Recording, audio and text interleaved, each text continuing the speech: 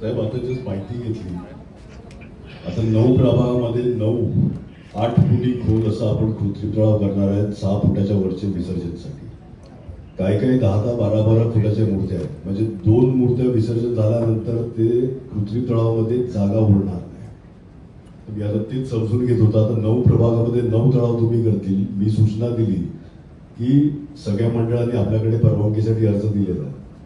कुठल्या मंडळाला कुठलं तळाव सोयीस्कर होईल हा राऊंड जर तुम्हीच सूचना करून दिली तर लास्ट मोमेंटला धावपळ होणार नाही. आणि जे 8 फुटी आता 10-10, 12-12 फुटाचे पण काही मूर्ती आहेत ते उद्या सगळे जर त्या तळावात गेले तर मग ते तळाव दुसऱ्या किंवा तिसऱ्या मूर्तीमध्ये तळाव भरेल आणि मग ते कुठेतरी लोकांची गैरसोय, मंडळाची गैरसोय होईल.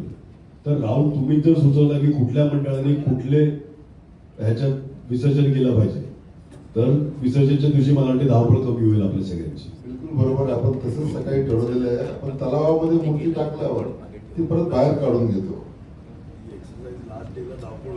त्याच्यामुळे आपण कोणत्या तलावा मंडळाने कोणत्या तलावावर जावं हे आपण अगोदरच त्यांना कळवू.